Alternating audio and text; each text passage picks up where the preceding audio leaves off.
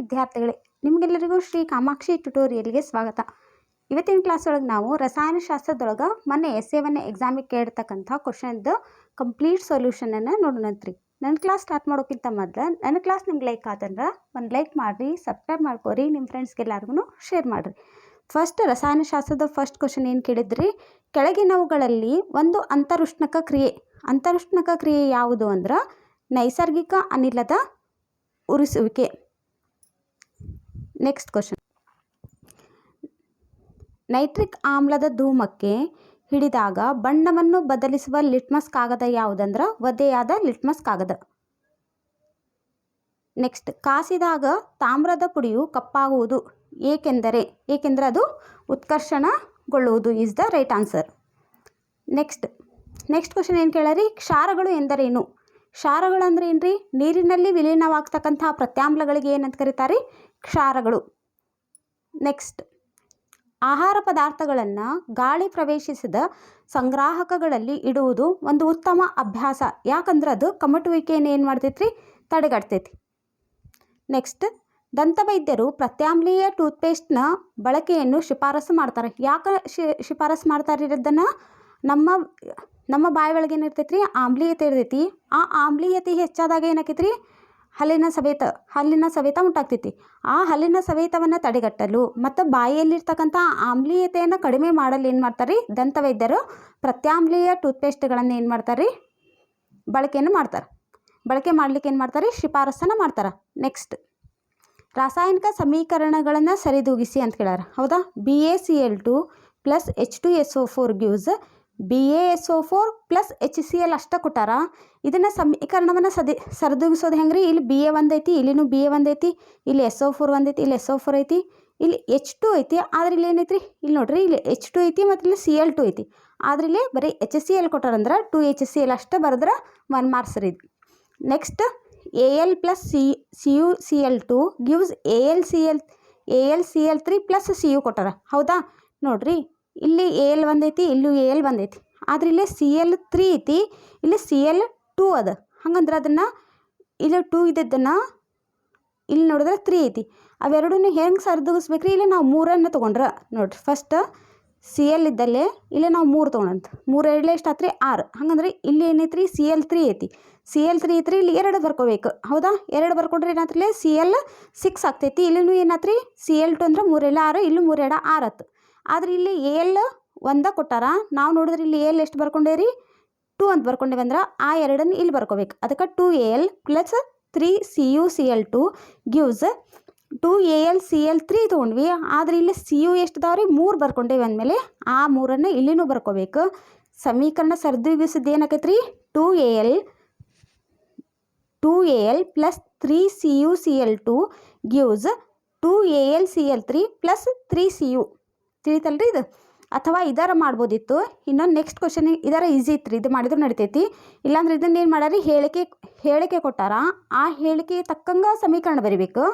ಸಮೀಕರಣ ಬರ್ದದನ್ನು ಏನು ಮಾಡ್ಬೇಕ್ರಿ? ಸರಿದೂಗಿಸ್ಬೇಕು. ಅದನ್ನು ಯಾವ ರೀತಿ ಮಾಡ್ಬೇಕಂದ್ರೆ ನೋಡ್ರಿ, ಈ ಕೆಳಗಿನ ಹೇಳಿಕೆಗಳನ್ನು ರಾಸಾಯನಿಕ ಸಮೀಕರಣ ರೂಪಕ್ಕೆ ಪರಿವರ್ತಿಸಿ ಮತ್ತು ಸಮೀಕರಣವನ್ನು ಸರಿದೂಗಿಸಿ ಅಂದಾರ. ಹೌದಾ? ಹೈಡ್ರೋಜನ್ ಸಲ್ಫೈಡ್ ಅನಿಲವು ಗಾಳಿಯಲ್ಲಿ ಉರಿದು ನೀರು ಮತ್ತು ಸಲ್ಫರ್ ಡೈಆಕ್ಸೈಡನ್ನು ಉಂಟು ಮಾಡ್ತೈತಿ. ಅದು ಯಾವ ರೀತಿ ಸಮೀಕರಣ ಆಕೈತ್ರಿ? ಹೈಡ್ರೋಜನ್ ಸಲ್ಫೈಡ್ ಅಂದರೆ H2S ಪ್ಲಸ್ ಗಾಳಿಯಲ್ಲಿರ್ತಕ್ಕಂಥ ಆಕ್ಸಿಜನ್ ಅಂದರೆ H2S + O2 gives H2O + SO2. ಹೌದಾ? ಈಗ ನಾವು ಸಮೀಕರಣ ಬರೆದ್ವಿ. ಇದನ್ನು ಸರಿದೂಗಿಸ್ಬೇಕಂದ್ರೆ ಇಲ್ಲಿ H2 ಐತಿ. ಹೌದಾ? ಇಲ್ಲಿ H2 ಐತಿ, ಇಲ್ಲಿ H2 ಐತಿ. ಆದರೆ ಇಲ್ಲಿ S, ಹೌದಾ? ಇಲ್ಲಿ S ಐತಿ, SO2 ಆಯ್ತು. ಅದನ್ನು ನಾವು ಸರಿದೂಗಿಸ್ಬೇಕಂದ್ರೆ ಇಲ್ಲೇನು ಮಾಡ್ರಿ? ಇಲ್ಲೇ O2 ಐತಿ, ಇಲ್ಲಿ SO2 ಐತಂದ್ರೆ ಆ 2ನ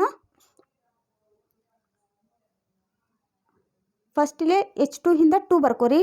2H2S + 3O2 gives 2H2O + 2SO2.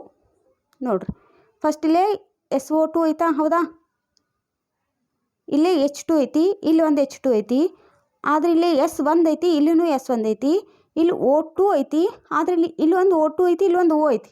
ಅದನ್ನು ನಾವೀಗ ಸರಿ ಮಾಡ್ಬೇಕಂದ್ರೆ ಅದನ್ನು ಸರಿ ಮಾಡ್ಕೋಬೇಕಂದ್ರೆ ನಾವೇನು ಮಾಡ್ಕೋಬೇಕ್ರಿ, ಮೊದಲೇ 3O2 ಬರ್ಕೊಂಡ್ವಿ. ಹೌದಾ, 3O2 ಬರ್ಕೊಂಡ್ರೆ 3 6 ಆಯ್ತು. ಹಾಗಂದ್ರೆ ಇಲ್ಲಿ ನೋಡಿದ್ರೆ SO2 ಐತಿ, SO2 ಒಂದು O2 ಐತಿ, ಇಲ್ಲಿ ಒಂದು O ಐತಿ. ಹಾಗಂದ್ರೆ ಆ ಒಂದು ಟೂನ ಇಲ್ಲಿ ಬರ್ಕೊಂಡ್ಬಿಡೋಣಂತ್ರಿ. 2 ಬರ್ಕೊಂಡ್ರೆ ಏನಾಗ್ತದೆ, 2H2O ಆಯ್ತು. ಹೌದಾ, H2 ಎಲ್ಲತ್ತಿಲ್ಲಿ 2 4 ಆಯ್ತು. ಇಲ್ಲಿ ನೋಡಿದ್ರೆ H2 ಒಂದು ಐತಂದ್ರೆ ಆ ಟೂನ ಇಲ್ಲಿ ಹಚ್ಕೊಂಡ್ವಿ. ಇಲ್ಲಿ ನೋಡಿದ್ರೆ S ಈಗ 2 ಆಯ್ತು, ಇಲ್ಲಿ ನೋಡಿದ್ರೆ S ಒಂದು ಐತು, ಅದಕ್ಕೆ ಆ ಟೂನ ಇಲ್ಲಿ ಬರ್ಕೋಬೇಕು. 2 ಬರ್ಕೊಂಡ್ರೆ 2 4 ಆಯ್ತು, ಇಲ್ಲೊಂದು 2 4 2 6 ಆಯ್ತು, 3 2 6 O2 6 ಆದ್ವು ರೀ.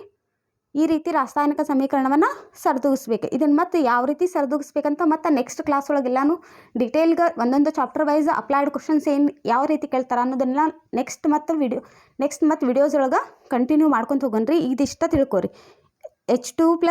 H2S plus O2 gives H2O plus O2. ಅದನ್ನು ಸರಿದೂಗಿಸಿದ್ರೆ ಏನಾಕೈತ್ರಿ, ಇದು H2S 2H2S plus 3O2 gives 2H2O plus 2SO2. Next question ನೋಡ್ರಿ. ಕೆಳಗಿನ ಚಿತ್ರವನ್ನು ಗಮನಿಸಿ ಕೊಟ್ಟಿರುವ ಪ್ರಶ್ನೆಗೆ ಉತ್ತರಿಸಬೇಕು. ಹೌದಾ, ಒಂದನ್ನು ಏನು ಮಾಡ್ಯಾರಿ, ಒಂದರದ್ದು HCl ದ್ರಾವಣ ಕೊಟ್ಟಾರ, ಇನ್ನೊಂದು ಸಕ್ಕರೆ ದ್ರಾವಣ ಕೊಟ್ಟಾರ. ಯಾವ ಜೋಡಣೆ ಒಳಗೆ ಬಲ್ಬ್ ಉರಿತೈತಿ ಮತ್ತು ಅದಕ್ಕೆ ಕಾರಣ ಕೊಡ್ರಿ ಅಂತಾರ. ಹೌದಾ, ಜೋಡಣೆ ಒಂದ್ರೊಳಗೆ ಏನಾಕೈತ್ರಿ, ಬಲ್ಬ್ ಉರಿತೈತಿ. ಯಾಕಂದ್ರೆ ಅದು ಅಯಾನುಗಳ ವಿಭಜನೆ ಆಗಿ ಅಲ್ಲಿ ಏನಾಕೈತ್ರಿ, ವಿದ್ಯುತ್ ಹರಿತೈತಿ. ಹೌದಾ, ಸಕ್ಕರೆ ದ್ರಾವಣದೊಳಗೆ ಆಗೋದಿಲ್ಲ.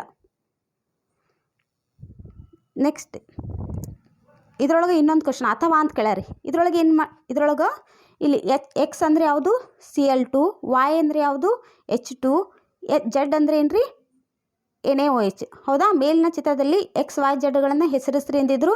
X ಅಂದ್ರೆ ಏನು, Cl2, Y ಅಂದರೆ H2, Z ಅಂದರೆ NaOH. ನೆಕ್ಸ್ಟ್ ಅದರೊಳಗೆ B ಕ್ವಶನ್ ಏನು ಕೇಳ್ಯಾರಿ, ಅರಳಿದ ಸುಣ್ಣದೊಂದಿಗೆ Xನ ವರ್ತನೆಯಿಂದ ಉಂಟಾಗುವ ಉತ್ಪನ್ನವನ್ನು ಹೆಸರಿಸ್ರಿ ಅಂದರ ಅಲ್ಲಿ ಉಂಟಾಗತಕ್ಕಂಥ ಉತ್ಪನ್ನ ಯಾವುದು, CaOCl2. ಅದು ಯಾವ ರೀತಿ ಆಕೈತಂದ್ರೆ CaOH ಟ್ವೈಸ್ ಪ್ಲಸ್ Cl2 ಆಗಿ CaOCl2 ಪ್ಲಸ್ H2O. ಉತ್ಪನ್ನ ಅಷ್ಟ ಕೇಳ್ಯಾರಂದ್ರೆ CaOCl2 ಬರೆದ್ರು ನಿಮ್ಗೆ ಮಾರ್ಕ್ಸ್ ಕೊಡ್ತಾರೆ. ನೆಕ್ಸ್ಟ್ ರಾಸಾಯನಿಕ ಬದಲಾವಣೆಯನ್ನು ಪ್ರಾಯೋಗಿಕವಾಗಿ ತೋರಿಸುವ ಚಿತ್ರವನ್ನು ಗಮನಿಸಿ ಈ ಕೆಳಗಿನ ಪ್ರಶ್ನೆಗಳಿಗೆ ಉತ್ತರಿಸಬೇಕು. ನೋಡ್ರಿ, ಏನು ಕೇಳ್ಯಾರಂದ್ರೆ ಈ ರಾಸಾಯನಿಕ ಕ್ರಿಯೆಯಲ್ಲಿ ಉತ್ಪನ್ನ P ಉಂಟಾಗ್ತೈತಿ. Pಯ ಮೇಲೆ ಇಂಗಾಲದ ಡೈಆಕ್ಸೈಡನ್ನು ಹಾಯಿಸಿದಾಗ Q ಲವಣವು ಉಂಟಾಗುತ್ತದೆ. P ಮತ್ತು Q ಅನ್ನು ಹೆಸರಿಸ್ಬೇಕು. ಹೌದಾ, ಅಲ್ಲಿ ನೋಡ್ರಿ ಯಾವ ರೀತಿ ಸಮೀಕರಣ ಆಕೈತಂದ್ರೆ CaO plus H2O gives CaOH twice. ಹೌದಾ, ಈ CaOH twice plus CO2 gives CaCO3 plus H2O. ಹಾಗಂದ್ರೆ P ಅಂದ್ರೆ ಏನು ರೀ, ಕ್ಯಾಲ್ಸಿಯಂ ಹೈಡ್ರಾಕ್ಸೈಡ್, CaOH ಟ್ವೈಸ್. ಹೌದಾ, ಹಾಗಂದ್ರೆ CaOH ಟ್ವೈಸ್ ಅಂದರೆ ಯಾವ್ದು ರೀ, ಇದು ಅರಳಿದ ಸುಣ್ಣ. P ಅಂದ್ರೆ ಅರಳಿದ ಸುಣ್ಣ ಅಂತ ಬರೆದ್ರೆ ಸಾಕ್ರಿ, ನಿಮ್ಗೆ ಮಾರ್ಕಸ್ ಇರ್ತೈತಿ. ಇಲ್ಲ ನಾ ಅರಳಿದ ಸುಣ್ಣ ಬರೆಯಲ್ಲ ಅಂದ್ರೆ ಕ್ಯಾಲ್ಸಿಯಂ ಹೈಡ್ರಾಕ್ಸೈಡ್ ಬರೆದ್ರು ಸಾಕ್ರಿ. ಇಲ್ಲ ನಾ ಎರಡೂ ಬರೆಯಂಗಿಲ್ಲ ಅಂದ್ರೆ CaOH ಟ್ವೈಸ್ ಬರೆದು ನಿಮ್ಗೆ ಮಾರ್ಕಸ್ ಕೊಡ್ತಾರೆ. ಮತ್ತು Q ಅಂದರೆ ಯಾವುದಂದ್ರೆ ಕ್ಯಾಲ್ಸಿಯಂ ಕಾರ್ಬೋನೇಟ್, CaCO3. ಹೌದಾ, ನೆಕ್ಸ್ಟ್ ಅದ್ರಾಗ B ಕ್ವಶನ್ ಏನು ಕೇಳ್ಯಾರಿ, Q ಉತ್ಪನ್ನವನ್ನು ಕಾಸಿದಾಗ ಏನಾಕೈತಿ, Q ಉತ್ಪನ್ನವನ್ನು ಕಾಸಿದಾಗ ಕ್ಯಾಲ್ಸಿಯಂ ಆಕ್ಸೈಡ್ ಉಂಟಾಕೈತ್ರಿ.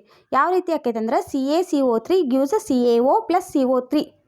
ಹೌದಾ, ಹಾಗಂದ್ರೆ Q ಅನ್ನು ಕಾಸಿದಾಗ ಏನಾಕೈತ್ರಿ, ಕ್ಯಾಲ್ಸಿಯಂ ಆಕ್ಸೈಡ್ ಉಂಟಾಕೈತಿ. ನೆಕ್ಸ್ಟ್ ಇದಂತರೂ ನಿಮ್ಗೆ ಗೊತ್ತಿದ್ದ ಡೈಗ್ರಾಮ್. ಸಾರರಿಕ್ತ ಸಲ್ಫ್ಯೂರಿಕ್ ಆಮ್ಲದೊಂದಿಗೆ ಸತುವಿನ ಚೂರುಗಳ ವರ್ತನೆ ಮತ್ತು ಉರಿಯುವಿಕೆಯ ಮೂಲಕ ಹೈಡ್ರೋಜನ್ ಅನಿಲದ ಪರೀಕ್ಷೆಯನ್ನು ತೋರಿಸುವ ಪ್ರಯೋಗದ ಉಪಕರಣ ಜೋಡಣೆಯ ಚಿತ್ರವನ್ನು ಬರೆದು ಇವೆರಡು ಭಾಗಗಳನ್ನು ಗುರುತಿಸ್ಬೇಕು. ಇದು ನಿಮ್ಗೆ ಗೊತ್ತಿದ್ದ ಡೈಗ್ರಾಮು. ಇದೆಲ್ಲರೂ ಮಾಡುವಂದ್ರೆ ಅಂತ ತಿಳ್ಕೊಂಡೇನ್ರಿ. ನೆಕ್ಸ್ಟ್ ಒಂದು ರಾಸಾಯನಿಕ ಕ್ರಿಯೆ ನಡೆದಿದೆ ಎಂದು ನಿರ್ಧರಿಸಲು ಸಹಾಯ ಮಾಡುವ ವೀಕ್ಷಣೆಗಳು ಯಾವುವು. ಒಂದು ರಾಸಾಯನಿಕ ಕ್ರಿಯೆ ನಡೆದೈತಿ ಅಂದರೆ ಏನಾಗಿರ್ತೈತಿ, ಅಲ್ಲಿ ಒಂದು ಸ್ಥಿತಿಯೊಳಗೆ ಬದಲಾವಣೆ ಆಗಿರ್ತೈತಿ, ಬಣ್ಣದಲ್ಲಿ ಬದಲಾವಣೆ ಆಗ್ತೈತಿ, ಅನಿಲದ ಬಿಡುಗಡೆಯರ ಆಗಿರ್ತೈತಿ, ಇಲ್ಲ ತಾಪದಲ್ಲಿ ಬದಲಾವಣೆಯರ ಆಗಿರ್ತೈತಿ, ಇಲ್ಲ ಅಲ್ಲೇ ಪ್ರಕ್ಷೇಪ ಉಂಟಾಗಿರ್ತೈತಿ. ನೆಕ್ಸ್ಟ್ ಅದ್ರಾಗ ಮತ್ತೇನು ಕ್ವಶನ್ ಕೇಳ್ಯಾರಿ, ನೀರಿನ ವಿದ್ಯುತ್ ವಿಭಜನೆಯಲ್ಲಿ ಕ್ಯಾಥೋಡ್ ಮತ್ತು ಆ್ಯನೋಡ್ಗಳಲ್ಲಿ ಬಿಡುಗಡೆಯಾಗುವ ಅನಿಲ ಯಾವುದು ಅಂದ್ರೆ ಕ್ಯಾಥೋಡ್ನಲ್ಲಿ ಹೈಡ್ರೋಜನ್ ಬಿಡುಗಡೆ ಆದ್ರೆ ಆ್ಯನೋಡ್ದೊಳಗೆ ಆಕ್ಸಿಜನ್ ಬಿಡುಗಡೆ ಆಗ್ತೈತ್ರಿ. ನೆಕ್ಸ್ಟ್ ಏನು ಕೇಳ್ಯಾರಿ, ಜೇನುನೊಣವು ಕುಟುಕಿದ ಭಾಗಗಳಿಗೆ ಅಡಿಗೆ ಸೋಡಾದ ಲೇಪನವು ತತ್ಕ್ಷಣ ಪರಿಹಾರವಾಗಿದೆ, ಹೇಗೆ ವಿವರಿಸಿ ಅಂತ ಕೇಳ್ಯಾರ. ಹೌದ್ರಿ, ನೋಡ್ರಿ, ಜೇನುನೊಣ ಕುಟುಕಿದಾಗ ಬಿಡುಗಡೆಯಾಗುವ ಒಂದು ಆಮ್ಲವು ನೋವು ಮತ್ತು ಉರಿಯುವಿಕೆಗೆ ಏನಾಗಿರ್ತೈತಿ, ಕಾರಣವಾಗಿರ್ತೈತಿ. ಆ ಕುಟುಕಿದ ಭಾಗಕ್ಕೆ ನಾವು ಅಡಿಗೆ ಸೋಡಾದಂಥ ಸೌಮ್ಯ ಪ್ರತ್ಯಾಮ್ಲವನ್ನು ಲೇಪಿಸೋದ್ರಿಂದ ಅಲ್ಲೇನಾಕೈತ್ರಿ, ತಟಸ್ಥೀಕರಣ ಕ್ರಿಯೆ ಉಂಟಾಗಿ ನೋವು ಮತ್ತು ಉರಿಯಿಂದ ಏನಾಕೈತಿ ನಮ್ಗೆ ಉಪಶಮನ ಉಂಟಾಕೈತಿ. ಒಟ್ಟಾರೆಯಾಗಿ ನಾವು ಏನು ಹೇಳ್ಬೋದಂದ್ರೆ ಜೇನುನೊಣ ಕುಟುಕಿದಾಗ ಬಿಡುಗಡೆಯಾದ ಆಮ್ಲಕ್ಕೆ ಪ್ರತ್ಯಾಮ್ಲವಾದ ಅಡಿಗೆ ಸೋಡಾ ಲೇಪಿಸುವುದರಿಂದ ತಟಸ್ಥೀಕರಣ ಕ್ರಿಯೆ ನಡೆದು ನೋವು ಮತ್ತು ಉರಿಯಿಂದ ಉಪಶಮನ ದೊರೆತೈತಿ. ಹಾಗಂದ್ರೆ ತಟಸ್ಥೀಕರಣ ಕ್ರಿಯೆ ಯಾವ ರೀತಿ ನಡಿತೈತ್ರಿ? ಆಮ್ಲ ಮತ್ತು ಪ್ರತ್ಯಾಮ್ಲಗಳು ಕೂಡಿ ಲವಣ ಮತ್ತು ನೀರು ಉಂಟಾತಂದ್ರೆ ಅದನ್ನು ತಟಸ್ಥೀಕರಣ ಕ್ರಿಯೆ ಅಂತ ಕರೀತಾರೆ. ಹೌದಾ? ನೆಕ್ಸ್ಟ್ ಇದರೊಳಗೆ ಬಿ ಕ್ವಶನ್ ಏನು ಕೇಳಿದ್ರಿ? ಒಬ್ಬ ವಿದ್ಯಾರ್ಥಿಯು ಎ ಬಿ ಸಿ ಮತ್ತು ಡಿಗಳ ದ್ರಾವಣಗಳ pH ಅನ್ನು ಕ್ರಮವಾಗಿ 12, 3, 6 ಮತ್ತು 7 ಎಂದು ಪತ್ತೆ ಹಚ್ಚುತ್ತಾನೆ. ಈ ದ್ರಾವಣದ ಸ್ವಭಾವವನ್ನು ಊಹಿಸಿ ನಿಮ್ಮ ಉತ್ತರವನ್ನು ಸಮರ್ಥಿಸಿ ಅಂದಾರ. ಹೌದಾ? ನೋಡ್ರಿ ಇದನ್ನು ಯಾವ ರೀತಿ ಮಾಡ್ಬೇಕಂದ್ರೆ ನೋಡ್ರಿ, ದ್ರಾವಣ ಎ pH ಎಷ್ಟು ಕೊಟ್ಟಾರಿ? 12 ಕೊಟ್ಟಾರ. ಹೌದಾ? ಈ pH 12 ಅಂದ್ರೆ ಅದು 7ರಿಂದ 14ರವರೆಗೆ ಇರೋ ಸಂಬಂಧ pH ಮೌಲ್ಯ 7ರಿಂದ 14 ತನಕ ಇದ್ರೆ ಏನಂತಾರೆ? ಇದನ್ನ ಪ್ರತ್ಯಾಮ್ಲ ಅಂತಾರ. ಆದ್ದರಿಂದ ದ್ರಾವಣ ಎಯ ಸ್ವಭಾವ ಏನಾಗೈತ್ರಿ? ಪ್ರತ್ಯಾಮ್ಲ ಆಗೈತಿ. ಅಂದ್ರೆ ದ್ರಾವಣ ಎಯು ಹೆಚ್ಚು OH- ಅಯಾನುಗಳ ಸಾರತೆಯನ್ನು ಏನಿರ್ತೈತಿ ಅದು ಹೊಂದಿರ್ತೈತಿ. ಹಂಗಂದ್ರೆ ಒಟ್ಟಾರೆಯಾಗಿ ದ್ರಾವಣ ಎ ಅಂದ್ರೆ ಏನ್ರಿ? ಇದು ಪ್ರತ್ಯಾಮ್ಲ. ಅದಾದಮೇಲೆ ದ್ರಾವಣ ಬಿ ಮತ್ತು ಸಿಗಳ pH ಮೌಲ್ಯ ಏನು ಕೊಟ್ಟಾರ? ದ್ರಾವಣ ಬಿದು 3 ಕೊಟ್ಟಾರ, ದ್ರಾವಣ ಸಿದ 6 ಕೊಟ್ಟಾರ. ಇದ್ರ pH ಮೌಲ್ಯ ಏನೈತ್ರಿ? 7ಕ್ಕಿಂತ ಕಡಿಮೆ ಐತಂದ್ರೆ ಇದೊಂದು ಏನಿದೆ? ಆಮ್ಲ. ಹಂಗಂದ್ರೆ ದ್ರಾವಣ ಬಿ ಮತ್ತು ಸಿಗಳು ಏನ್ರಿ? ಇವು ಆಮ್ಲೀಯ ಆಗ್ಯಾವು. ಅಂದ್ರೆ ಅದು ಏನು ಮಾಡ್ತೈತ್ರಿ? ಬಿ ಮತ್ತು ಸಿಗಳು ಹೆಚ್ಚು H+ ಅಯಾನುಗಳ ಸಾರತೆಯನ್ನು ಹೊಂದ್ಯಾವು. ಅಂದ್ರೆ ದ್ರಾವಣ ಬಿ ಏನಕ್ಕೈತ್ರಿ? ಪ್ರಬಲ ಆಮ್ಲ. ಆದ್ರೆ ದ್ರಾವಣ ಸಿ ಏನಕ್ಕೈತಿ? ದುರ್ಬಲ ಆಮ್ಲ. ನೆಕ್ಸ್ಟ್ ದ್ರಾವಣ ಡಿಯ pH ಮೌಲ್ಯ ಎಷ್ಟೈತಿ? 7 ಆಗೈತೆ. ಅಂದ್ರೆ 7 ಐತಂದ್ರೆ ಇದು ದ್ರಾವಣ ಡಿಯ ಸ್ವಭಾವ ಏನಿರ್ತೈತಿ? ತಟಸ್ಥ ಆಗಿರ್ತೈತ್ರಿ. ನೆಕ್ಸ್ಟ್ ಕ್ವಶನ್ ಇದು ತಿಳಿತಲ್ರಿ. Next 26 question. ಒಂದು ಕಬ್ಬಿಣದ ಮೊಳೆಯನ್ನು ತಾಮ್ರದ ಸಲ್ಫೇಟ್ ದ್ರಾವಣವನ್ನು ಹೊಂದಿರುವ ಬೀಕರ್ನಲ್ಲಿ ಮುಳುಗಿಸಿದಾಗ ಕೆಲವು ನಿಮಿಷದ ನಂತರ ಕಬ್ಬಿಣದ ಮೊಳೆಯ ಮೇಲೆ ಕಂದು ಬಣ್ಣದ ಲೇಪನವು ಉಂಟಾಗ್ತೈತಿ. ಹಾಗೂ ತಾಮ್ರದ ಸಲ್ಫೇಟ್ ದ್ರಾವಣದ ನೀಲಿ ಬಣ್ಣ ಏನಕ್ಕೈತಿ? ಮಾಸ್ತೈತಿ. ಅಂದ್ರೆ ಇಲ್ಲಿ ನಡ್ತಕ್ಕಂಥ ರಾಸಾಯನಿಕ ಕ್ರಿಯೆ ವಿಧ ಯಾವುದು ಮತ್ತು ಆ ರಾಸಾಯನಿಕ ಸಮೀಕರಣವನ್ನು ಬರಿಬೇಕು ಮತ್ತು ರಾಸಾಯನಿಕ ಕ್ರಿಯೆಯಲ್ಲಿ ಉಂಟಾದ ಬದಲಾವಣೆಗೆ ಕಾರಣವನ್ನು ಹೇಳಬೇಕು. ಹೌದಾ? ನೋಡ್ರಿ, ಇಲ್ಲಿ ನಡ್ತಕ್ಕಂಥ ರಾಸಾಯನಿಕ ಕ್ರಿಯೆಯ ವಿಧ ಯಾವುದು ಅಂದ್ರೆ ಸ್ಥಾನಪಲ್ಲಟ ಕ್ರಿಯೆ. ರಾಸಾಯನಿಕ ಸಮೀಕರಣ ಯಾವುದ್ರಿ? Fe+CuSO4 gives FeSO4 + Cu. ಅಂದ್ರೆ CuSO4 ಅಂದ್ರೆ ಯಾವುದ್ರಿ? ತಾಮ್ರದ ಸಲ್ಫೇಟ್. FeSO4 ಅಂದ್ರೆ ಕಬ್ಬಿಣದ ಸಲ್ಫೇಟ್. ಹೆಚ್ಚು ಕ್ರಿಯಾಶೀಲವಾದ Fe ತನಗಿಂತ ಕಡಿಮೆ ಕ್ರಿಯಾಶೀಲವಾದ Cuವನ್ನು ಅದರ ಸಂಯುಕ್ತ ದ್ರಾವಣ CuSO4 ದ್ರಾವಣ ಅಂದ್ರೆ ನೀಲಿ ದ್ರಾವಣದಿಂದ ಹೊರಹಾಕಿ ಹಸಿರು ಬಣ್ಣದ FeSO4 ದ್ರಾವಣ ಉಂಟಾಕೈತ್ರಿ. ನೋಡ್ರಿ, ಇವತ್ತು ಕೆಮಿಸ್ಟ್ರಿ ಎಲ್ಲ ಕ್ವಶನ್ ಏನು ಮಾಡೇನ್ರಿ? ಸಾಲ್ವ್ ಮಾಡೇನ್ರಿ. ನನ್ನ ಕ್ಲಾಸ್ ನಿಮ್ಗೆ ಲೈಕ್ ಆತಂದ್ರೆ ಒಂದು ಲೈಕ್ ಮಾಡಿರಿ, ಸಬ್ಸ್ಕ್ರೈಬ್ ಮಾಡ್ಕೊರಿ, ನಿಮ್ಮ ಫ್ರೆಂಡ್ಸ್ಗೆಲ್ಲರಿಗೂ ಶೇರ್ ಮಾಡಿರಿ. Thank you.